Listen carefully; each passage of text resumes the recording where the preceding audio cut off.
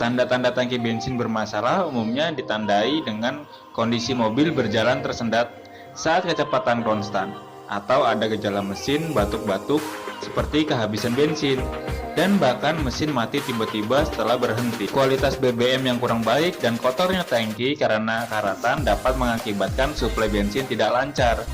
Jadi, melakukan cleaning tangki berkala itu penting dilakukan untuk menghindari terjadinya kendala-kendala seperti di atas.